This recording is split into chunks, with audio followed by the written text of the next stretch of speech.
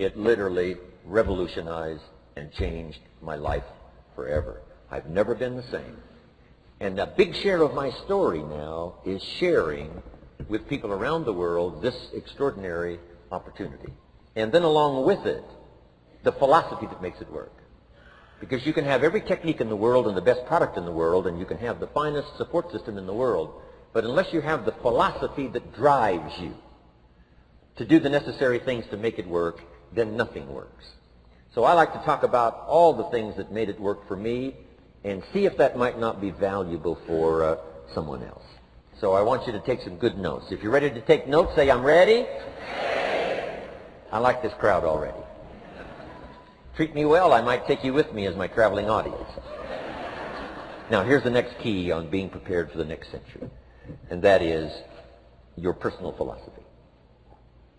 At age 25, the things that so dramatically changed my life was, number one, the discovery of a unique product that I could believe in. My mother taught nutrition, and she taught good health, so I was the beneficiary of that.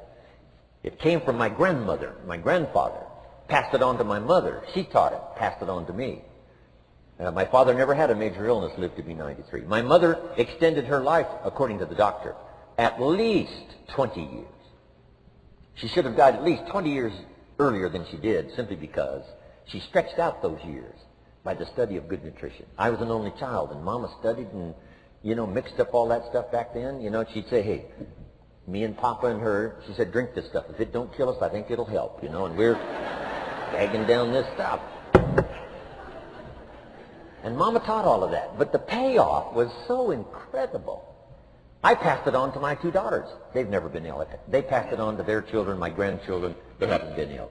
I mean, the study of good nutrition, paying attention, and being involved in the industry you're in, it's one of the best. So, that's so important. Your personal philosophy, what you believe in, that's going to carry you into the next century. Let me give you now some of the early philosophies that changed my life forever. I heard one of them in my introduction. Some of these philosophies have lived with me now all of these years. I've passed them on, and people have come back around saying, Mr. Rohn, 10 years ago, 20 years ago, 30 years ago, 35 years ago, I sat in your class and sat in your seminar, and those early things that you taught, I practice it and I'm doing it. A man not long ago showed me notes he took 23 years ago. And then he had me sign those notes. He said, I've used these notes to develop my life, my personal life, and my business life. And when he took those notes, he said, I was 18 years old. So it's incredible. I'm so thankful for all these years. But now I want to pass it along to you. Some of the philosophies that changed my life forever. Okay? If you're ready, say I'm ready.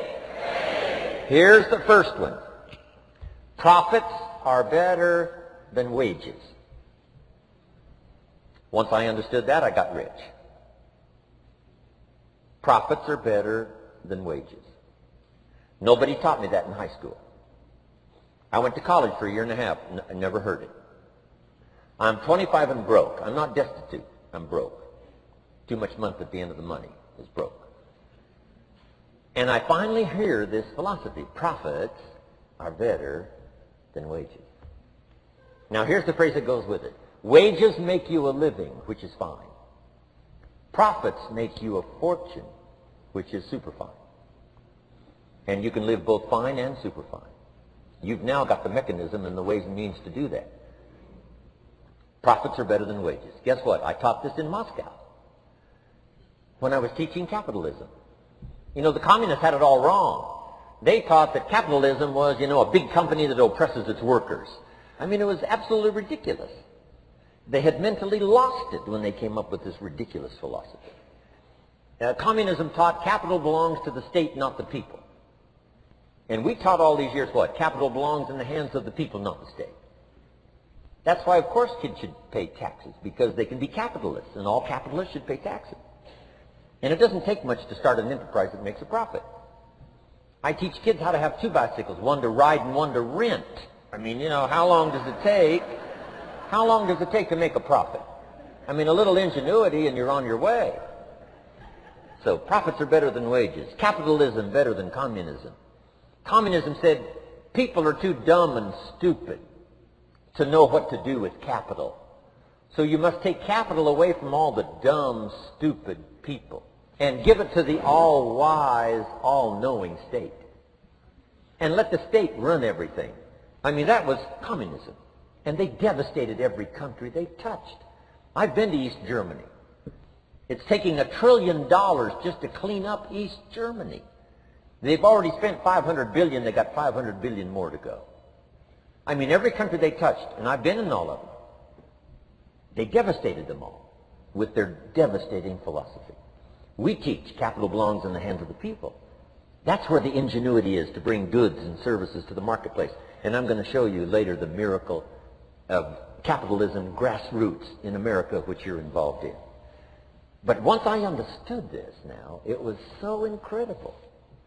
Profits are better than wages. Now, when I first was recruited, I'm a distributor for this little product called Abunda Vida. And here's what my mentor said, Mr. Schoaf. He said, Mr. Rohn, you can start this miracle working business part-time. You don't have to go full-time. You can start part-time. And he said, if you'll devote, to start with, let's say 10, 12, 15 hours a week, where you'll start making a profit, here's what you can now say. I'm working full-time on my job and part-time on my fortune. Because profits lead to fortune. I got so excited about that philosophy. I'm working full-time on my job, but now I'm working part-time on my fortune. I found a way not only to make a living, you won't believe this, I found a way to make a fortune. Can you imagine what that's like then to get up in the morning? To go to work on your fortune? Not to go to work to pay the rent, which is okay, but a chance to go to work to make a fortune? And I said, right now I'm working part-time on my fortune and full-time on my job, but it won't be long until I'll be working full-time on my fortune. Can you imagine what life is going to be like? Now, here was my first goal when I started, and that was part-time. I wanted to equal on my profits part-time what I was earning on my full-time job. This is called the magic of part-time. It is so thrilling for people to start working the business part-time, because now you can work on profits, and it doesn't take very long. If you'll really concentrate on those 10, 12, 15 hours a week, it won't be long if you really do it right and learn some of the skills I'm going to talk about. It won't be long until you can be earning as much part-time working on your fortune as you are full-time working on your job. I did that in less than 6 months. Now I've got an incredible invitation. I found a way part-time to work on my fortune, and I'm making as much money at that as I am on my full-time job. Would you like to hear my story? It was incredible. Now here was my second goal, to make twice as much money part-time working on my fortune as I was working full-time on my job. And I reached that in less than a year. Making twice as much money part-time working on my fortune as I was full-time working on my job. Now I've got an incredible invitation that won't quit. I found a way, through a unique opportunity, to work part-time on my fortune, and I'm now earning twice as much money as I am working full-time on my job. Would you like to hear my story? Do you imagine anybody would say, no, I don't care to hear your story? No. Everybody I said that to said, wow, yes, what are you doing? I said, I'm glad you asked. Let me tell you. Now, when I started making twice as much money part-time as full-time, here's my dilemma. I didn't want to go full-time. And why not go full-time? And the reason was because I didn't want to give up my electrifying story. Right? It was so powerful, nobody could resist the invitation to at least take a look. I didn't want to give it up. And I hung on for I don't know how long until it was, almost insane. And then finally, reluctantly, I gave up my full-time job. But now,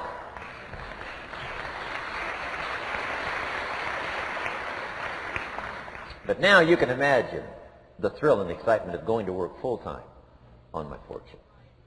It was incredible. But I want you to jot down the magic of part-time. What does it take to really change a person's lifestyle? Not very much. An extra $1,000 a month, I'm telling you, will drastically change most American families' lifestyle. And that's why part-time is so valuable, because it very quickly changes a person's lifestyle. And here's what the change in lifestyle does. It's a great recruiting tool. One of the greatest recruiting attractions is the money you make part-time. Somebody says, you've been on 3 vacations this year? Says, yes, I got this little part-time thing going. Says, what's that? You bought 2 new cars, one for you and one for her? How did you do that? Said, I got this little part-time thing going. Your kids have got all these new clothes? Yes. All this stuff is happening. What is it? An extra $1,000 a month. See, $1,000 a month full-time, nobody wants to hear your story. $1,000 a month part-time that starts to change your lifestyle, everybody wants to hear your story. So the key is part-time. The magic and the attraction of part-time gives you a classic invitation for somebody to listen to what you're doing that's changing your life. And it's not just necessarily the money that changes your life. It's what you do with the money. It's the change of lifestyle. So part-time helps to change lifestyle, which gives you a classic invitation to look at what you're doing. That's how I started in network marketing, age 25. Wow, these philosophies changed my life. I wish I would have learned them in high school. In high school, if they would have offered Wealth 1, Wealth 2, I'd have taken both classes. I wouldn't have waited until I was 25 and broke. Here's the next one. Philosophy that helped change my life. It's not what happens that determines your life future. It's not what happens that determines your life future. It's what you do about what happens. All of us are in like a little sailboat. And it's not the blowing of the wind that determines your destination. It's the set of the sail. So jot this phrase down. It's one of the best to understand. Kids need to understand it. The same wind blows on us all. The same wind blows on us all. The wind of disaster, the wind of opportunity, the wind of change. The wind when it's upside down, the wind when it's favorable and unfavorable. The same wind blows on us all. The economic wind, the social wind, the political wind. The same wind blows on everybody. The difference in where you arrive in 1 year, 3 years, 5 years, the difference in arrival is not the blowing of the wind, but the set of the sail. And that's what learning is all about, to set a better sail this year than last year. To set a better sail. The first 6 years of my economic life, I wound up broke. Second 6 years, I wound up rich. You say, well, the Democrats must have finally gotten power. No. No. No. It was not a political change. Here's what changed the second 6 years of my economic life. It was my philosophy that changed. The set of the sail of better thinking, correcting the errors of the past and picking up new disciplines for the future. That's all I had to do at the end of the first 6.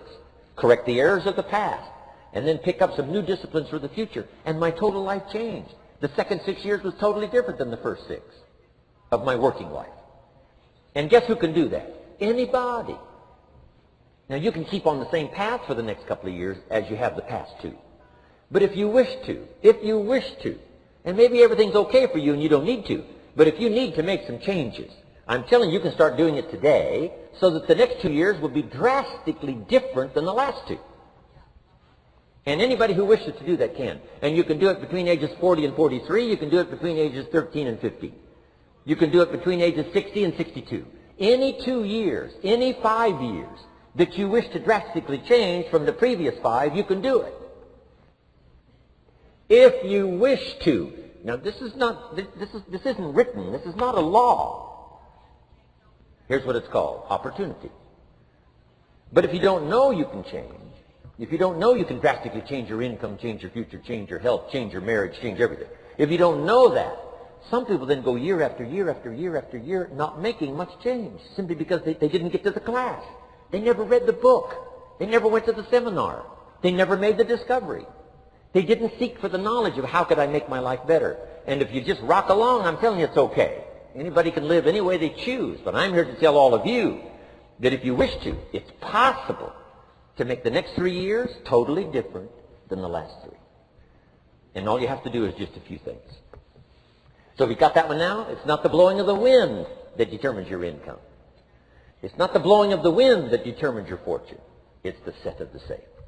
And that's why we gathered here today. Maybe I've got some ideas that'll help you with a couple of little things about setting the sail of your thinking that might drastically give you multiplied more benefit the next 3 years than you've gotten in the last 3. So it's not what happens. What happens to everybody. Chevron years ago brought me in to talk to management. They said, Mr. Rohn, you travel around the world and you're fairly knowledgeable. What do you think the next 10 years are going to be like? I said, gentlemen, I can tell you I do know the right people. So they all leaned forward and listened carefully. And I said, gentlemen, the next 10 years are going to be about like the last 10.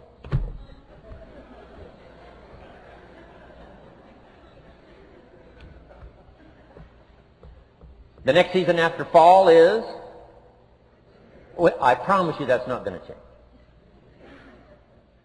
After day comes night. I promise you that's not going to change. Here's how the last 6,000 years reads. If you want to make a note of Jim Rohn's vision of history the last 6,000 years, here's how it reads. Opportunity mixed with difficulty. And if we're around another 6,000 years, it's going to read like that looks like for the next 6,000 years.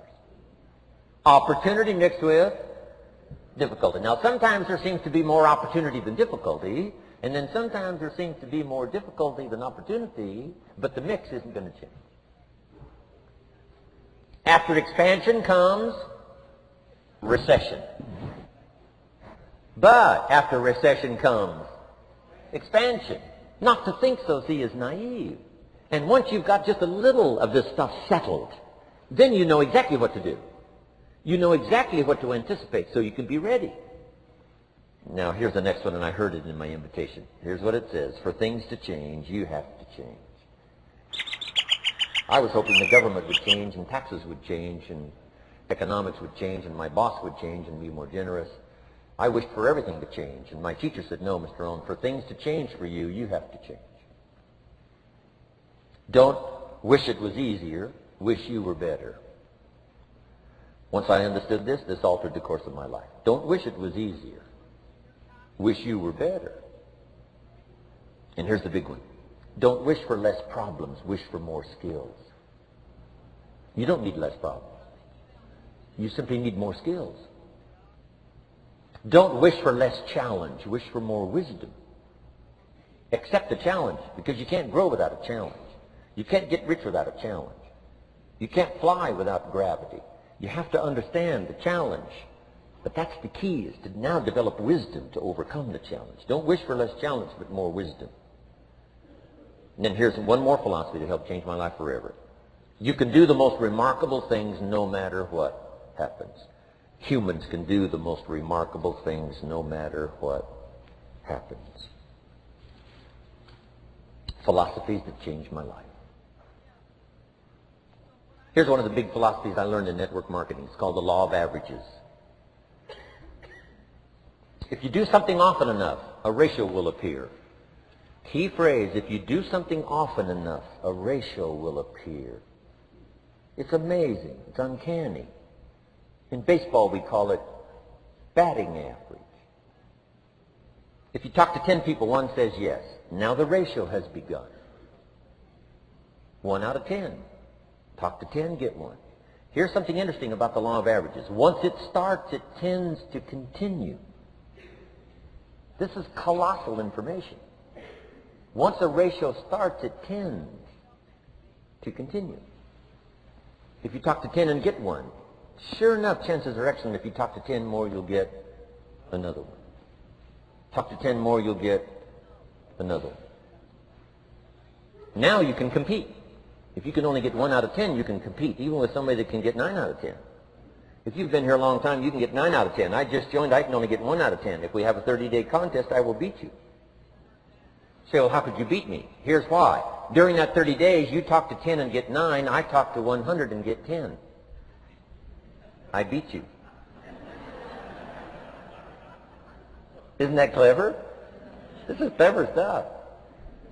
And I do it for 2 reasons. I sincerely wish to win. But I do it for another very sincere reason. I wish for you to lose. And that's noble on my part. Here's why it's noble. You learn more by losing than you do by winning. So I wish to give you that experience. Now here's how I do it once I understand the law of averages. When I'm new, I make up in numbers what I lack in skill. I make up in numbers what I lack in skill.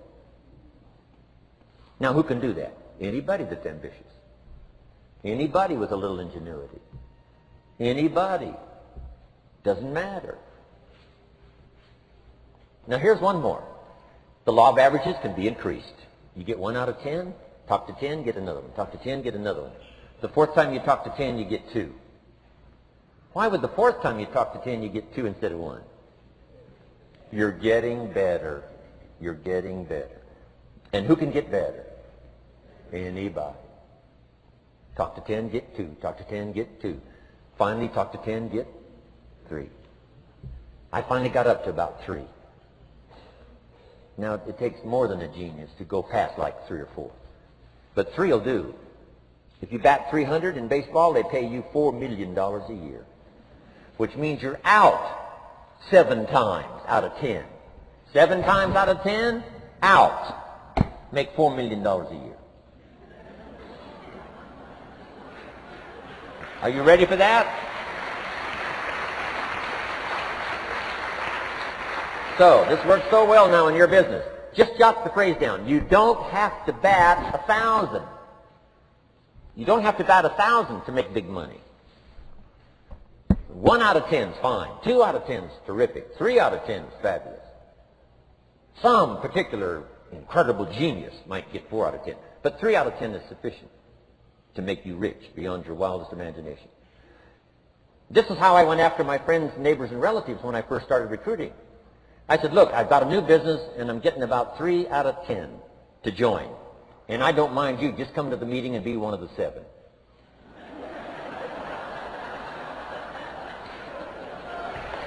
Right? Doesn't matter. You're my friend. You'll do me a favor. And so it's not important to me that you like it. It's not important to me that you join. It's certainly not important to me that you buy. It's just important to me that you listen. One of the reasons, though, I want you to hear the story is because a year from now, if I'm doing well, I don't want you to say, how come you never picked up the phone a year ago? I never got a letter, never got a call. You call me a friend? You're making all this money? You never picked up the phone. So I don't want that to happen. So for 2 reasons, I want you to see what I'm doing. So the year from now, if I'm doing well, I can say, you know, I gave you the opportunity. But also, just as a favor, come and be one of the 7. It doesn't matter to me if you buy or join. But I need 10 to get 3. And if you're one of the 3, wonderful. If you're not, wonderful. It might matter to you. It might matter to you, but it doesn't matter to me. Now, it matters to me because we're friends, but it doesn't matter in terms of my averages. So if you decide to get rich, just learn the law of averages. You're off and running. Now, here's the second law that changed my life forever in network marketing. I learned the law of sowing and reaping. And in the law of sowing and reaping is also the story of the law of averages. Jot this down. The story of the sower comes from the Bible. I'm an amateur on the Bible, but this is such a useful story. Here's what the story says. And take the notes because the drama's in the details. The sower was ambitious. Evidently he was ambitious. When you read the whole story, you'll conclude, yes, this was an ambitious sower. Here was number 2. He had excellent seed. The sower who sowed the seed had excellent seed. And the excellent seed could be an excellent opportunity, an excellent product, an excellent story. So we've got an ambitious sower with excellent seed. But now here's the rest of the details of the story. For your information, for the drama of your life, so you can understand things better. Learning some of this is how I got rich by age 31. Okay. Number 1, it says the sower goes out to sow the seed, but the first part of the seed falls by the wayside and the birds get it. So jot this down. The birds are going to get some of the seed. The birds are going to get some of the seed. Now you say, well, Mr. Rohn, what does that mean? Well, I invite John to come to a meeting. He said he'd be there Tuesday night. Tuesday night I show up, John isn't there. I say, John, I wonder why John didn't make it. Now I know the answer. The birds. The birds. John had this great idea of coming to the meeting to look at an opportunity, and somebody stole it and said, you're not going to go see network marketing. And he says, well, maybe not. So have you jotted that down now? The birds are going to get some. Now, when the birds get some, you've got two options. Number one is to chase birds. And say, well, let me get a hold of the person that talked him out of coming to the meeting. I'll tear him a new page. But I wouldn't do this. Here's what happens if you go chasing birds. You leave the field. If you go chasing birds now, you leave the field, which is going to distract from your future, not add. So you can't chase birds and try to straighten this stuff out. Here's what it is. It's just one of those things. And here's the best comment when things are a little disappointing. Isn't that interesting? You just have to say, I thought sure he would be there. He promised me. He promised me. But I know it was the birds. And you just have to say, isn't that interesting? Now, here's the rest of the story. It says, the sower kept on sowing. See, that was the secret to his success. He kept on sowing. And if you keep sowing, you can sow more than the birds can get because there aren't enough birds. If you keep sowing, there are some birds, but there's not enough. Because the law of averages will work for you. My mentor taught me, he said, you know, Mr. Rohn, there's only 9 or 10 real nasty, miserable people in the whole world. Now, he says they move around a lot, you know, and you're liable to... You'll bump into one once in a while. But when you bump into one, you say, there's only 9 more like you. I can handle that in the whole world. Okay. Now, here's what else it says. The sower now keeps sowing the seed. Now the seed falls, the story says, on rocky ground where the soil is shallow. And the rocky ground where the soil is shallow is not of your making. Because you had excellent seed and you were an ambitious sower. So the rocky ground where the soil is shallow is not of your making. But here's what it says what happened. This time, the little seed that falls in the ground starts to grow. And the little plant starts to grow. But the first hot day, it withers and dies. It dies. Not an easy thing to watch. I finally get John started. Sure enough, 3 or 4 days later, somebody says, boo, and he goes,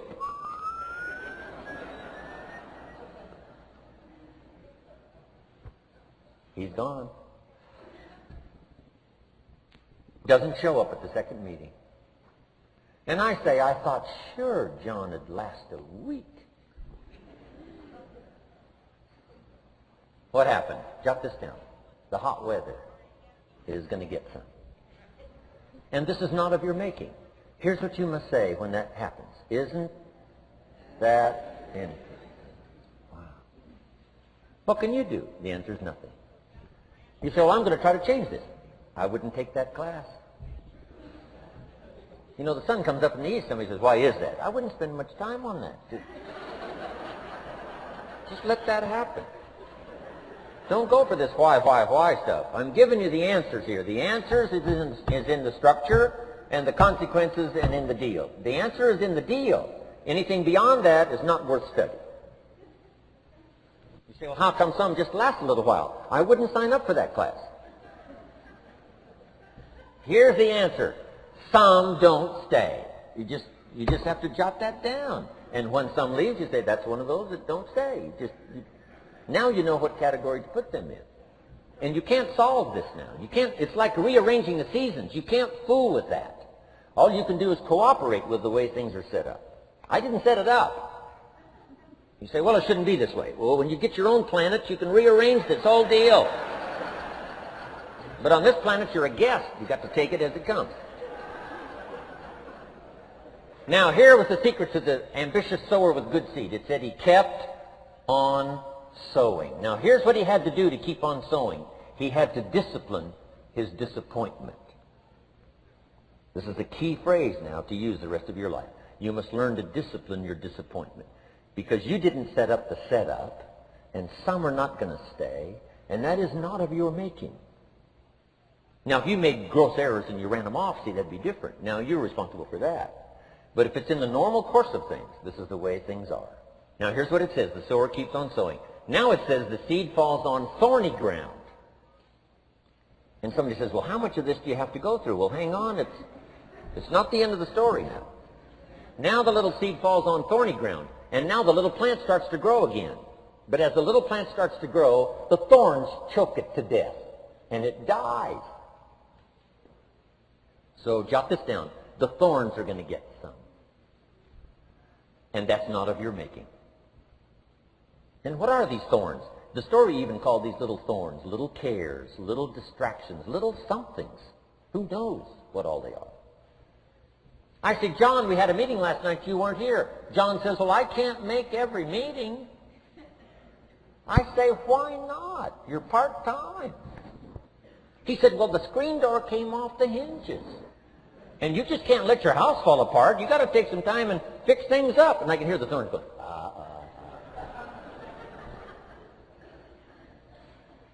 He says some extra trash had piled up in the garage. You can't let mountains of trash take over. You got to keep your trash hauled out. People who let little things cheat them out of big opportunities. People who let little things cheat them out of big opportunities. And you feel almost helpless. What could I do about that? And that's nothing. And you say, well, why is this? I'm asking you not to sign up for that class. Don't sign up for these why is this class. It's just the way it is. Like winter following fall and spring following winter. So if you got that, the thorns are going to get some. But now here's the good news. Let's read the rest of the story now quickly. The sower now what? Keeps on sowing the seed. Keeps on sharing the story. Keeps on giving an invitation. Yes, the invitation can be more powerful for me as it was 1 year later than it was the first month. Because now I'm saying I'm making twice as much money part-time as I'm making on my full-time. Yes, the story can be more powerful, but the law of average is still going to work. But now here's what the story says. Finally, the seed falls on good ground. Finally, the seed falls on good ground. Now put this in parentheses. It always will. If you keep sowing. If you share a good idea long enough, it will fall on good people. But now here's the rest of that story. Some of the good ground did 30%. And some of the good ground did 60%. And some of the good ground did 100%. You say, well, why the difference in numbers? I wouldn't sign up for that class. Go on. Have I said that often enough now? Don't register for that class. It's just the way it is. Now, I tried to get the 30s to do 60. Found out it was more than I could handle. I used to say, I'll make them successful if it kills me. I almost died. No, you can't do that. Here's what you do. Let the 30s do 30 to the best of their ability and keep doing 30, because that's how they build their lifestyle and get what they want out of life. And let the 60s do 60, and let the 100s do 100s. Now, how can you get some to do 100%? You've got to go through all these experiences, and you've got to talk to all these people. Let me quickly give you now a list of the skills that changed my life forever. Developing a new philosophy that I could do it. In my network marketing experience now led me to developing new skills. Right, I knew how to milk cows, but didn't pay well. Here's the first skill I learned to change my life. Getting a customer. Making a sale. And of course, sales for you is easy, right, because it's not technical. Right? The technical is all taken care of. You simply represent your product. If you share a unique product, talk about its merits, persuade someone that it's the best, they agree to buy, that's the simple art of sales. But in your business, here's what it's more like, sharing. Because using the product yourself, gathering some testimonials, you simply share that. So we're not talking like high-powered spacecraft technical skills here. It's simply sharing something you've discovered with someone else and doing it well enough to where they agree they would like to participate. Now here's what happened when I learned sales. It multiplied my income by 5. Now it didn't take that much because I wasn't doing that well in farm country. But it did multiply my income by 5. Sales. Getting customers. Laying that incredible foundation for an entrepreneurial career. So now I've got 2 skills. Milking cows and making sales. Here's the next one I learned that changed me forever. And that's recruiting. Introducing the business opportunity to new people. Learning how to give a good invitation. Learning how to give 2 kinds of presentation, formal and informal. And the third part of recruiting, of course, is following up. Once you start a new life, now you've got to take care of it, like a new mother would take care of her baby. You don't start a new life and abandon it. You start a new life and nourish it like a mother and protect it like a father. You've got to be both mother and father to a new person. Nourishment, ideas like a mother. Protection, help defend your new life against the encroachment of outside voices that would try to talk them out of it. So you've got to be mother and father in this art of recruiting. We call it being a sponsor. And being a sponsor is like being a bridge, helping somebody from darkness to light, from skeptic to faith, from not knowing to knowing, from no confidence in themselves to starting to gain confidence. You're the bridge that helps people from the shadows to the sunlight. It's one of the most exciting positions to occupy in all of network marketing industry, is the bridge, helping people crossing the bridge, out from discouragement into recognition. Being this bridge, that's what the recruiting magic is all about. You've got the answers. They've been looking for the answers. You've got the answers. And you help them cross this bridge. You see something in them before they can see it in themselves. You assure them that it's possible to be more than they are, therefore they can earn more than they've got, have more than they possess. This is one of the great arts in the world. And here's what's exciting about this art. It pays big money. Because now you operate a unique philosophy taught first in the Bible. John Kennedy taught it in his inaugural speech. Zig Ziglar's got one of the best ways to put it. And that's the secret to wealth. The secret to wealth and fortune. First taught in the Bible. Because the question was asked, how can we achieve greatness? Great wealth, great power, great influence, great recognition, great self-esteem. How can we achieve greatness? The master teacher was asked. And here was his formula for achieving personal greatness. He said, find a way to serve the many. For service to many leads to greatness. For those that are interested. Some people aren't interested, but for those that are, service to many leads to greatness. Someone says, well, the best I can do is just take care of myself, which is okay, but it doesn't lead to greatness. Someone says, I got enough bills of my own, I can't worry about someone else's bills. That's okay, but it doesn't lead to greatness.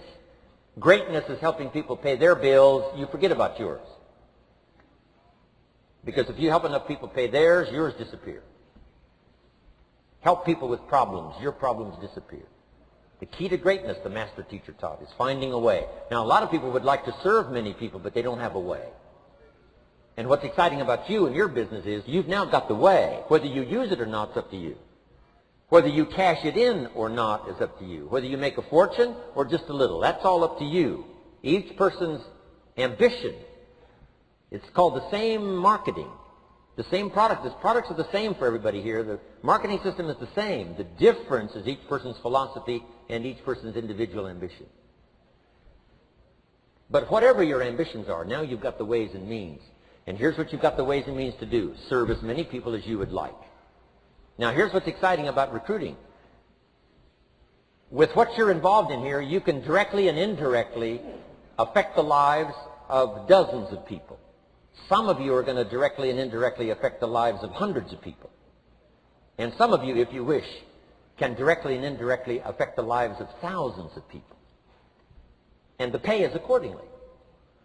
If you affect a few, you earn that pay. If you affect the many, you earn that pay.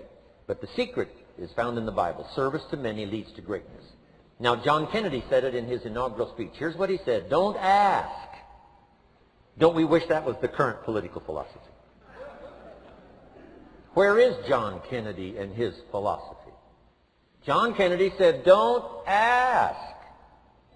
That's important if you understand philosophy. He said, don't ask what the people can do for you. Don't ask what the country can do for you. Don't ask what the government can do for you. That's not how you get rich. That's not how you have high self-esteem. That's not how you get trophies to put on the mantle above the fireplace, asking what the people can do for you. Don't ask, he said, what the people can do for you, but ask, what could I do for my country? And the country means the people. What could I do for the people? I want trophies. I want recognition. I want high self-esteem. I would even like a chance to make a fortune. John Kennedy says it's easy. Don't ask what the people can do for you, but ask, what could I do for the people? Could I directly and indirectly serve many in my country? And now that you are participating in this program, the answer is yes. Now, Zig probably said it best. Zig's got some great stuff. Zig and I have been good friends for a lot of years. Zig says money isn't everything, but it ranks right up there with oxygen. Zig, you're right. Zig says, my dentist told me, Zig, only floss the teeth you want to keep. You know, forget the rest.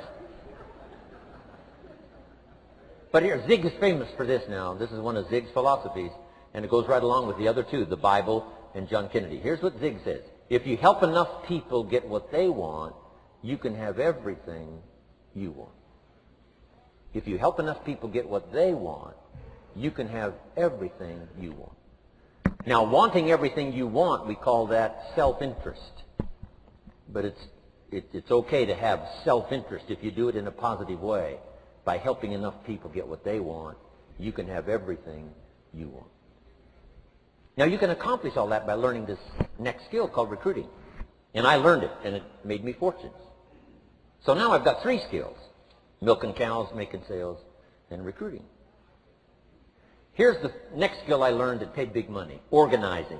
Once you got a few, get them to work together, see, and that's magic. Getting people to work together is magic. Now, yes, it's challenging, like having some, several members of your family. Getting them to work together is challenging, but it's magic. Getting husband and wife to work together is challenging, but it's magic when it happens. But everything magic is challenging. You just got to jot that down. Everything magic is challenging. But once you figure out the challenge and go for it, then the magic occurs. Let me tell you how magical people working together is. Let me quote the Bible again. It says, if 2 or 3 agree on a common purpose, nothing is impossible. Just try that on for your mental size. If 2 or 3 agree on a common purpose, nothing's impossible. Everybody's looking for a challenge. Here's what I teach, especially the kids. Here's the best challenge in the world. Let's go do it. Not you go do it. Let's go do it. If 2 or 3 of us decide on a common purpose to do it, nothing's impossible. Incredible. Working together, organizing. Now, when everybody's an independent, now it's a little more challenging. Like having kids, they've each got their own opinions. They've each got their own ambitions and desires. It's challenging. You've got a variety. But that's what makes life, the variety. And it is, in your business, it is challenging, getting people to work together. It's like herding cats.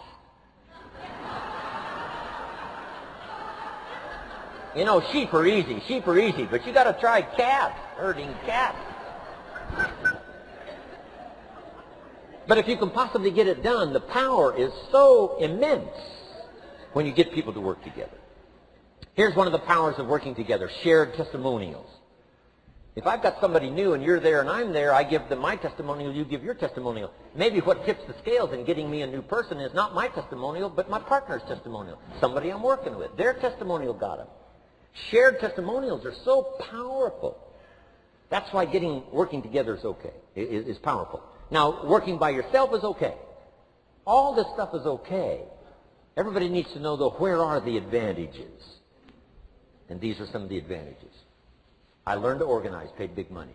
Here's what I next learned to do: promote. Promotion now pays staggering money.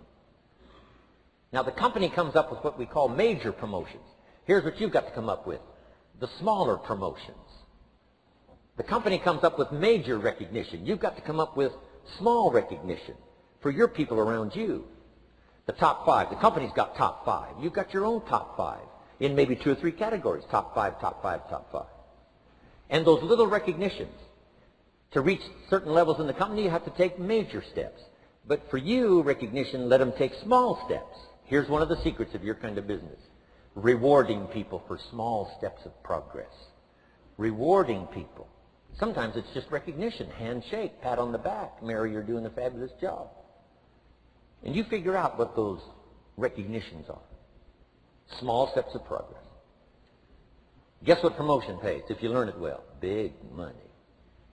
Getting people to do something they wouldn't ordinarily do by themselves. People will do some unique things by themselves, but if you can figure out a way to say, Mary, if you do this and this, she says, well, I'll go for it. Now, she wouldn't have thought of that on her own. Here's what works magic. It's better than money. Money is a bit unimportant. Here's what's important: ingenuity. The best place to wake up your ingenuity is what you're doing right now. Representing a unique product and getting customers, recruiting distributors, and promoting and all this stuff. Ingenuity. Figuring out a way. If it doesn't work this way, we'll work another way. I used my ingenuity, made a fortune. My ingenuity worked on doing all these campaigns: the spring campaign and the summer campaign and the winter campaign. This week we're going to recruit school teachers. How many of you got it? How many of you got it? This is school teacher week. School teacher month. I pick out a little category and say, let's go for it. And it doesn't matter what it is. Just dream up something so that somebody's got a little more objective to go for than just their own. Key phrase: we all need to belong to something bigger than ourselves. Because we furnish inspiration for what's bigger, and the bigger furnishes inspiration for us. I learned promotion and it paid big money. Here's next I learned: communication. How to conduct a meeting. I learned identification, logic and reason, attack and confess, solution. Simple deals on communication. Wasn't easy for me at first. I stood up to give my first presentation. My mind sat back down. Right? Y'all been through that? Opened my mouth, nothing came out for a while. But here's what I did. I did it again. Just jot that phrase down. I did it again. That's the secret to how I got here. 35, 40 years later, it's how I got here. I did it once, it was uncomfortable.